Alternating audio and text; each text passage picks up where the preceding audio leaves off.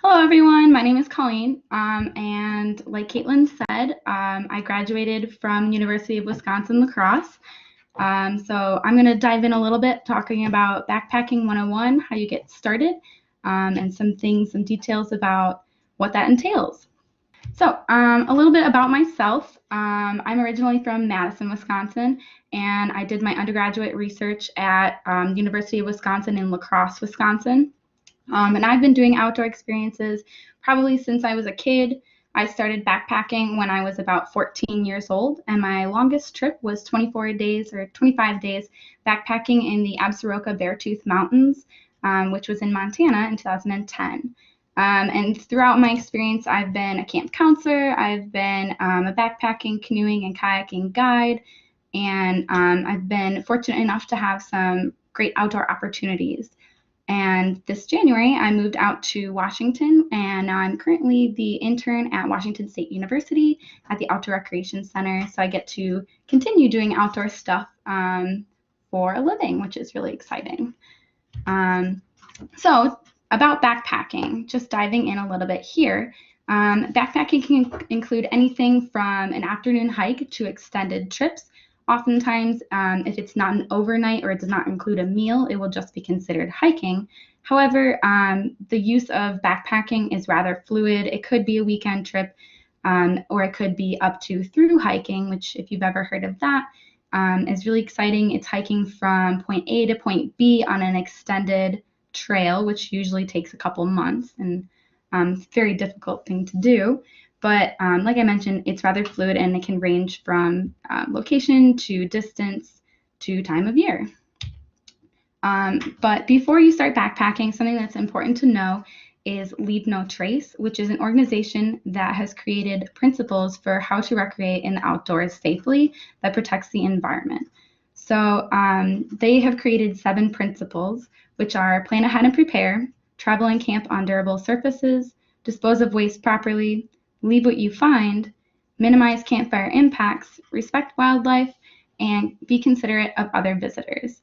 Most of what you'll see in my PowerPoint today is part of the plan ahead and prepare ethic, or the principle. And when you plan ahead before you go, it'll help you mitigate any kind of challenges, risks, or impacts that you might leave on the environment while you are visiting. And so how to get started. Backpacking can be kind of intimidating if you think about it, especially if you're thinking about extended trips. It can be kind of overwhelming. So you don't have to jump in and go for really long trips that are really strenuous. You can start small. Alistair Humphreys created the concept of micro-adventures, which is essentially a way of fitting in an adventure between your 9-to-5 lifestyle. So you can go for an evening hike after dinner with your family. You could do an overnight camping trip. You can do a weekend camping trip. It's really about finding time that you can spend outdoors that works best with your schedule, because not everyone can spend weeks or days away from their work schedule. So some things about knowing where to go. It's a little intimidating when you think about how many places you can recreate or backpack or canoe, and it really depends on where you're located. So finding a place near you that is accessible for your level or ability range really kind of narrows down to a few resources. You can have your trails associations, your tourism centers, your parks organizations, and those are all going to be local, like your local park, your city tourism, and they'll know a lot about the area. They'll know regulations, current conditions, and they can help you plan a trip, which is what they do for a living. So they're going to be a great resource. Other things that you can do is a Facebook group, your local university outdoor center, which will oftentimes outfit you with gear as well, or you can do some online research. Occasionally there are websites or forums that are specifically for the location that you want to go. For example, the Pacific Northwest Outdoor Women is a Facebook group that I'm part of, and they have open conversation about the difficulty of different hikes, if dogs are allowed there, if it's great for bringing children, or what like the local conditions are for that trail. And it's a really great resource because it's up-to-date information, and oftentimes you can make relationships or friendships from these forums of other people who are looking to do exactly the same thing that you are. Maybe even they're just getting started and they want someone to go hiking with. And so that's a great resource that I've found to be helpful. Jumping into location regulations, like I mentioned, it's really important to know about where you're going before you go so that you can mitigate any risks that you might encounter. So you want to make sure that you check with the local authorities for if you need a permit to hike or camp there. Are there fire restrictions? Do you need to bring a stove, or is it okay to have a fire, like a campfire? What animals might you encounter? In this photo here, we ran into I believe it was a copperhead snake, and we were aware beforehand that there possibly would be snakes, and so we kind of prepared ourselves with what would we do when we encountered a snake. Just kind of thinking about the things that you might need to know before you go to a location, and then answering those questions before you're in the field and in the wilderness and you don't have Wi-Fi or you can't call someone to answer those questions for you. And next, we're going to jump into planning ahead and your communication. So like I mentioned, being aware of the risks that are associated with the area that you're going to go. When you go on a trip, you want to make sure that you have 3 essential things aside from your main gear. You're going to want a first aid kit, communication device that's going to work. You want to have a cell phone or a satellite phone if you don't have cell service. And then you definitely want to have maps or compasses so that you know how to navigate your way out of where you are. My mother used to always say, failing to plan is planning to fail, and you really can't plan too much before a trip because if something were to go wrong, at least you have a plan for it. So before I jump into talking about gear, I'm going to take a pause and open up for questions. So Caitlin will go ahead and pull up some of the questions that you might have had so far. Where do you locate maps for hiking trails that are accurate enough that you could actually use them to get in or out of a situation if you needed to, rather than just general trail maps? Yeah, absolutely. A lot of your local trails associations and national parks will have maps to offer at their tourism center. They'll have a location that you can go to before you go into the wilderness, and they'll have the maps for you and other resources. For example, if you need a bear box to carry your food in, if they have bears in that area, they'll sometimes provide that for you. Otherwise, if you're going to a location that you're not really sure if you want more maps or you don't know the jurisdiction, there is, like, the National Park Service does have maps online, and a lot of times you can find them on the internet for free. You can just print those off. Otherwise, I would definitely suggest going to an outdoor recreation center of some sort, because they will oftentimes have an entire file full of maps for the location that you're going. Do you have any special advice for backpacking with dogs? Yes, absolutely. I have a dog myself, and it's really difficult to hike with a dog.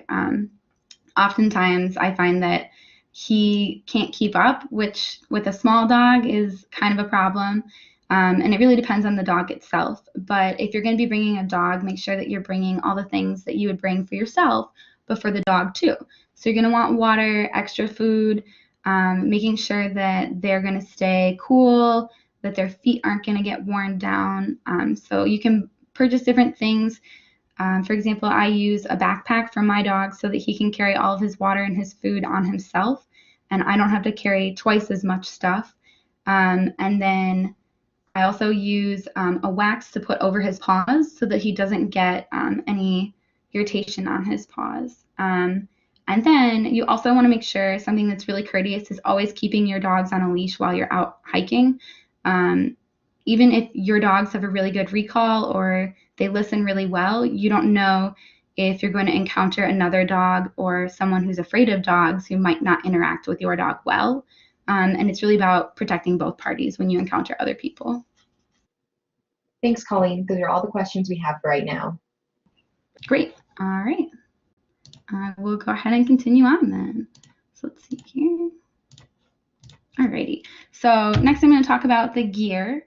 So here's a great photo that I have. It's just kind of like a layout of different backpacking gear that my cousin took, and then a quick list of all the essentials that you might need. It does require a lot of gear to do backpacking, so it's important that when you're purchasing your gear or when you're looking for gear, you're finding stuff that is lightweight, that it's going to fit well in your pack. For example, you don't want to bring a box of cereal because the box won't fit as well as a condensed bag of cereal. And then you want to make sure that it's going to last well. Whatever you bring isn't going to be, you don't want to bring, for example, refrigerated meat because oftentimes that's not going to stay well in your backpack. So you're going to want a shelter. That's one of your most essential things. And there are 4 main types of shelter. So there are tents, hammocks, tarp shelters, and there are often yurts or wooden shelters that you might encounter on a trail.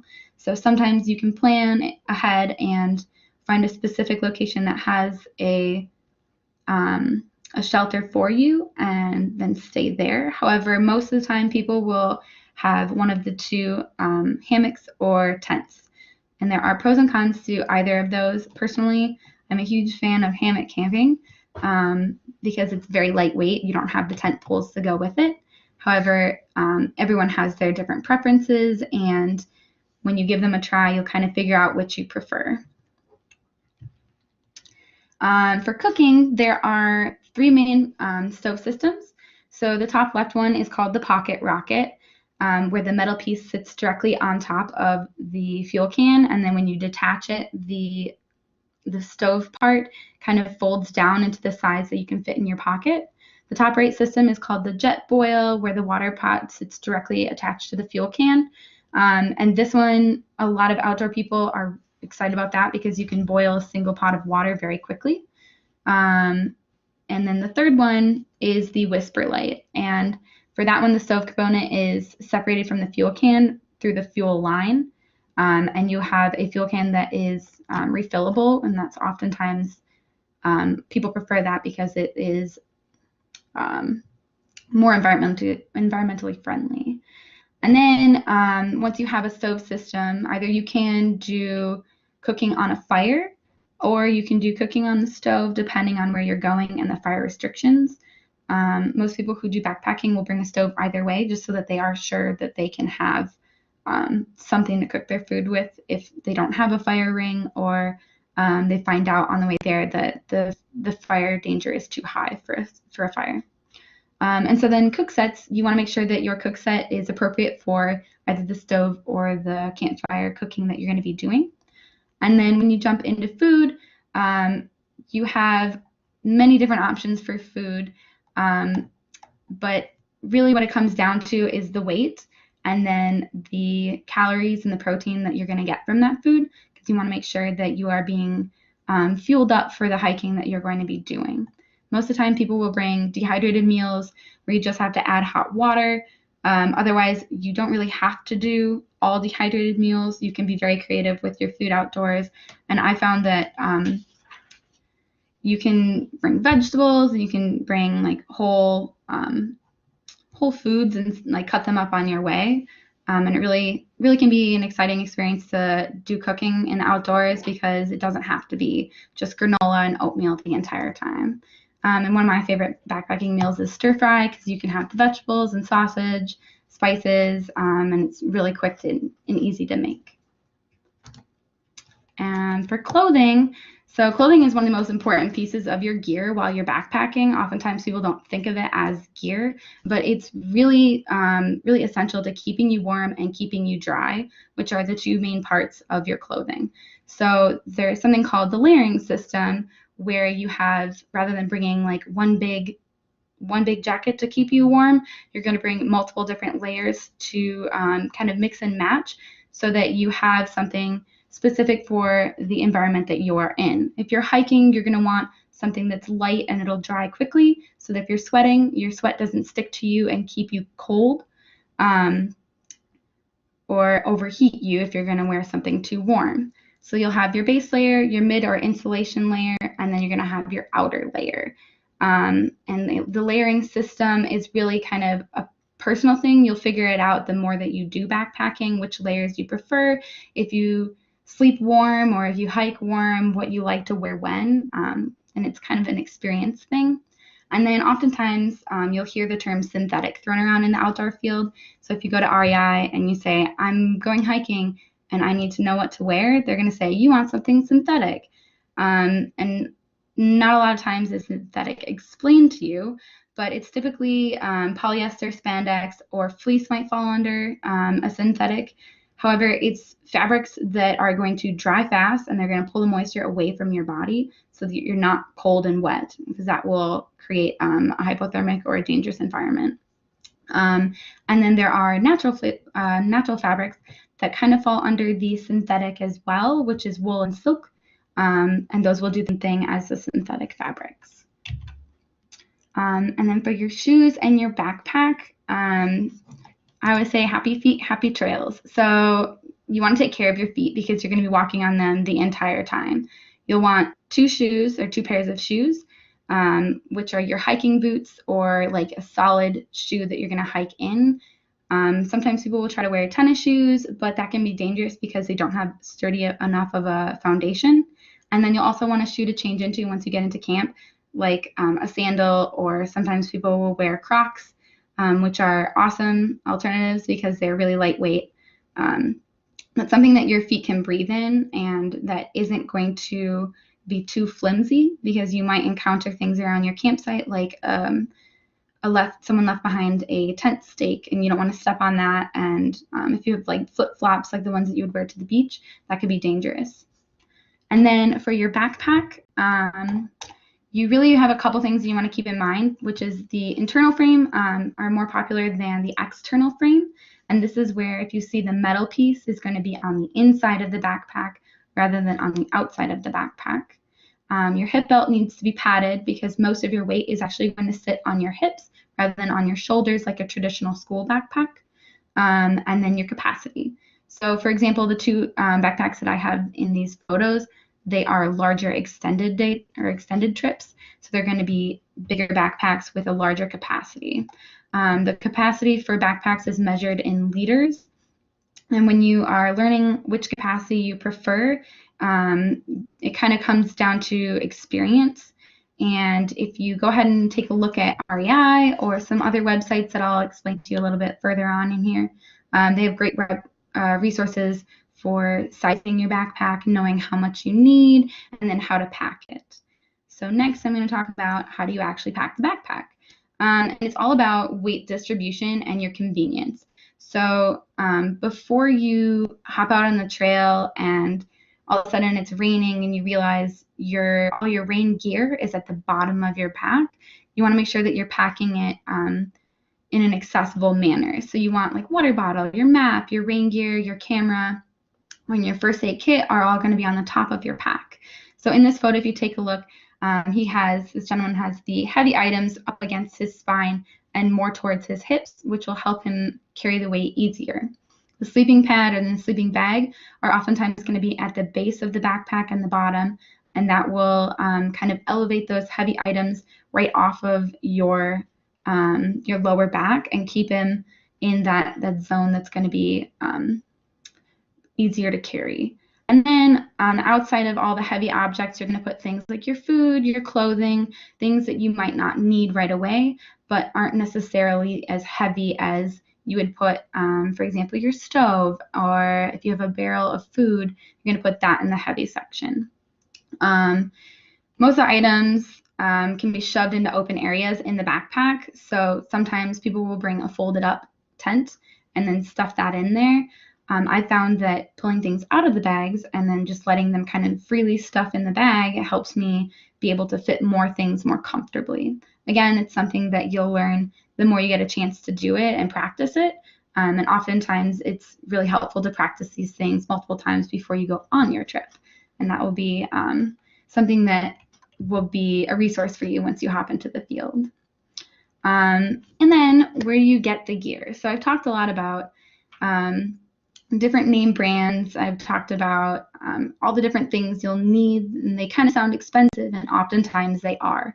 But you really don't need to feel obligated to spend loads of money on the gear that you'll get. There are tons of resources for achieving or acquiring gear at a lower price. You can rent it, you can borrow it from a friend, or you can buy things that are used. My favorite is to purchase things secondhand, because a lot of times people will start backpacking or canoeing or kayaking and they'll buy all the gear and then they'll realize, well, maybe this isn't for me. And so if you might end up being one of those people where you're just kind of giving it a try, it's a lot more financially stable to borrow something or rent it before you go ahead and purchase it. And I've found that spending $5 on a shirt that would cost me $70 is not a bad deal. And then you want to make sure that before you go into the field, you're practicing with all of your gear. If you decided to buy a stove, make sure you know how to use the stove, how to fix the stove, and how to clean it and pull it apart. That way, if you get into like in the middle of the woods and you're backpacking and your stove breaks down, you understand how to make sure that it's going to work for you and you're not kind of eating granola for a couple of days, which would not be fun.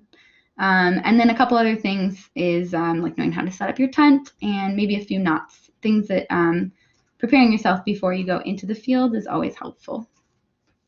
So right now I'm going to stop before I jump into talking about fitness and how to get your kids into it. And if you have any questions about the gear, because I know I covered a lot there, go ahead and ask those, and then we'll have Caitlin also chime in with some of them. Colleen, can you elaborate on the wax for dog paws? My dog hates boots. Yeah, definitely. I've tried the boots before. Not all dogs are fans. I believe it is called Musher's Secret, and it's just a wax foundation. It comes in like a little white, I think it's just a little jar. And then you just rub the paws in it and it'll dry on the base of their paw. And sometimes I'll take him running with that and it'll save his paws from getting as hot on the asphalt. And it'll keep little things from getting up into his, the fur and the webbing between his toes. However, because it is wax, you want to make sure that you do wash that off afterwards. Hopefully that covers your question. Oh, awesome. Caitlin threw in a link there for you. Our next question asks, where do you find used items or used gear? That's a great question. So honestly, I have found a lot of gear at places like Goodwill or St. Vincent de Paul, secondhand stores. We currently have, I believe there's a few local secondhand stores here in Pullman or in the area. And it's really not about like where you go. It's about how you're looking for the gear. So if you're at Goodwill, there's going to be a ton of different things mixed in with what you're looking for. But just being diligent and looking through, for example, my mom found me like a Patagonia outdoor like hiking dress, and retail would have been like $130, but she ended up buying it at like $7 from Goodwill. So it's really just about like making sure you're diligent in where you're looking, and it could be any secondhand store. Just make sure that if you're purchasing something secondhand, that it's going to be still functional. For example, if you get a backpack, make sure that the straps are all intact and things like that. Oh yes, Laura chimed in. She said there's some garage sales at REI. REI does have some really great sale purchase or some sales that will go on where you can purchase items.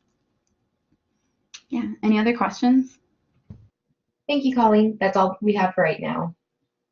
All right, so I'll jump in and talk about fitness. So I'm not a pro athlete. However, I do backpack quite often.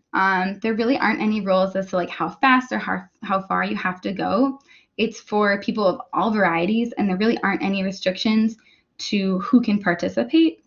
For example, there's a lot of adaptive gear for people who have disabilities to get into backpacking, kayaking, canoeing.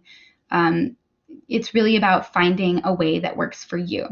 So a few tips that I've had from my own experience is to make sure that you are breaking in your gear and yourself, which sounds kind of weird, but make sure that your hiking boots are prepared to go hiking, that they're not going to hurt your feet and create blisters. So a trick of the trade that I have found, which is a really odd tip, is that I will get my hiking socks completely soaked, and then I will wear my brand new hiking boots until my socks are dry. And oftentimes just once that will wear the boots in just enough that I won't get blisters when I wear them again. And so I've heard of people putting their boots in the oven and things like that. It really comes down to just wearing them as much as you can. in a location that's safe for you to get back to your house. So for example, like going grocery shopping just around town, I wouldn't suggest taking your boots on a hike to break them in for a hike, because sometimes you might be out and you're like 3 miles in and all of a sudden your boots are just making your feet bleed and you don't want to have to walk back barefoot. So make sure that if you're going to break in things like your boots, that you're doing it in a safe location. And then you want to make sure that your pack is going to fit you properly. So like I mentioned, REI has a great resource online on their website. They have it's kind of like a knowledge database where you can look up any subject you want, and they will tell you how to set up a tent, how to pack a backpack, how to size your backpack. And so you want to make sure that your backpack is sized to your body, because everyone has a different spine length, different hip sizes, and you want to make sure that your gear is comfortable before you use it. And then when you get into actually doing the workouts, really, I've found that the best way to prepare for backpacking is backpacking. And so I've had people on my trips and myself prepare for trips by we will put jugs of water or weighed down a backpack and then walking around a track. And that's also a great way to break in your new hiking boots if you have some. So make sure that you're working your way up to it. Don't start big. Don't just jump into things without kind of preparing yourself for them. And then don't strain yourself too much. You don't have to go hiking for 20 miles if you don't want to. Just make something that's going to work for you. And then I also want to talk about getting kids involved. So I know that a lot of people who do go backpacking aren't necessarily, 18, 19 years old who can just take off of school and go whenever they'd like. A lot of times people have responsibilities like families and jobs or dogs. And so here are some tips that I've gotten from my boss, who's in this photo, Jonathan, because I myself do not have kids, but he has tons of wisdom that he has imparted on me. And we broke it down into 4 different sections. And so when you're bringing children, you want to make sure that you have meals for them that are familiar. For example, mac and cheese, hot dogs, things that, like, if they're eating that at home, make sure that they get something similar while they're backpacking so that it's not completely foreign to them. So you want snacks along the way if you have snack time at home, and then bringing extra water for the children so that they're not thirsty, of course. When you're hiking, you want to keep in mind that you're going to have a slower pace. You're not going to go as far as you think you might want to, and it's going to be difficult to keep them entertained. So sometimes you can I've seen people do scavenger hunts or things like that. And keeping them kind of engaged with what they're doing is really important. And then, are you going to carry them? So in this photo, my boss, Jonathan, that's his daughter, Sierra, and he has her in a backpack. And so because he's carrying his child in a backpack, his partner had to carry both of their gear. And so when you're bringing children, if you're going to be carrying them, you have to kind of reevaluate how you'll be bringing your gear for everyone that's going to be going. And then also, if you have a younger child and you want them to carry their own gear or carry themselves, just kind of think about how you're going to be dispersing that between the people who are coming. So if your child gets tired and they're carrying their own backpack, you might have to end up putting their backpack in your backpack. So making sure that you have room for it and things along those lines. And then for sleeping, if your child is napping and has like a steady nap schedule, you don't want to interrupt that. You want to plan hiking around napping. So for example, if your nap is around 1 p.m., are you going to be hiking, or are you going to be eating during that time? Are you going to stop and all wait?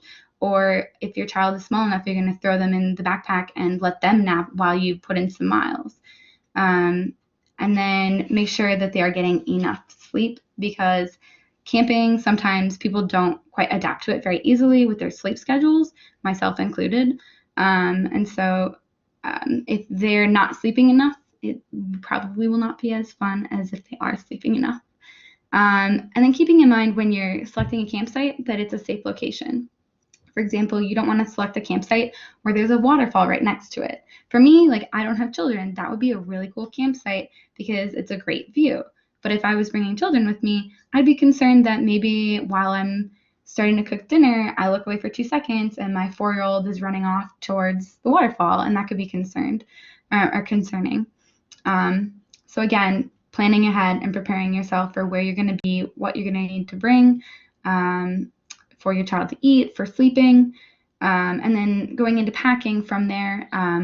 Again, who's going to carry what? And my boss, Jonathan, talked about having a really sturdy carrier for your child if it's going to have extra pockets or things, areas for you to put all of your gear. That's going to really help. And making sure that whatever you're bringing is adapted to child sizes or doses. So in your first aid kit, having medications that are specific for children, and having diapers or wipes if your children uses them, sunscreen that's specific for children, etc., along those lines. And then something that Jonathan mentioned to me was to not bring a lot of toys. And I thought that was interesting because as you have children, you kind of want to keep them entertained. However, if they are playing with the toy, not as engaged with nature. And so having things that they like, a few favorite toys would be great. Just try not to bring everything in the kitchen sink.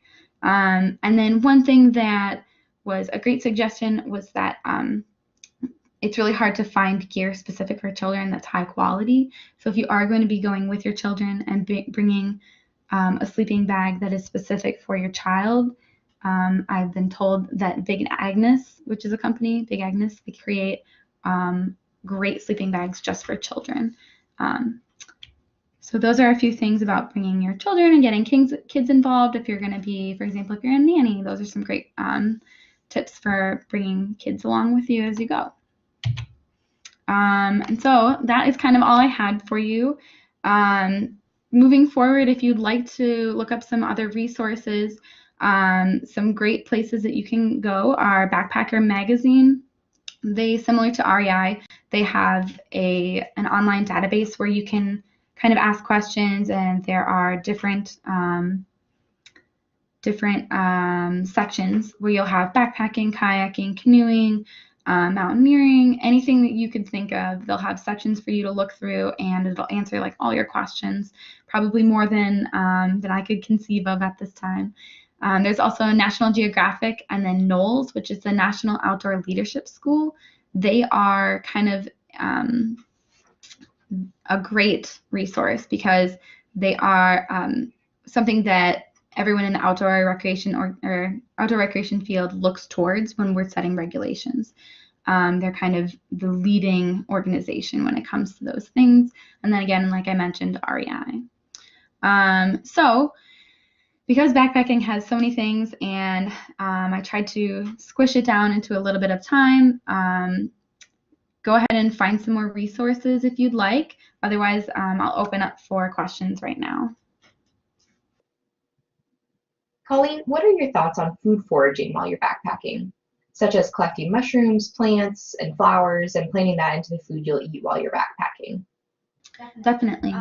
Personally, I like to stray away from foraging while I'm camping, but only because I'm not familiar with a lot of different things that you'll be finding in the outdoors. For example, I wouldn't be knowledgeable on what mushroom is safe to eat. Therefore, I prefer to bring my own mushrooms from the grocery store that I know should be safe to eat. However, if you have the knowledge and if you're aware of what you're eating, I don't see why you wouldn't be able to. Just make sure that if you're going to be foraging, that you have clean food. So whatever you're picking, make sure you clean it. And then knowing what you're eating, be aware of that. You don't want to have to evacuate yourself from a really awesome trip because you mistook a different flower for another one. Our last question asks, are you worried about animals at night while backpacking? That's a great question. Animals are kind of an important thing to think about before you go to a location. So earlier when I mentioned looking at researching the location that you're going to, you're going to want to know how present bears are. So things that you might encounter that I've been concerned about in the past is mostly bears, foxes. Foxes can be sneaky, raccoons. Yeah, so those are some animals, and snakes, of course. Some animals that you'll want to know if they're going to be present before you go.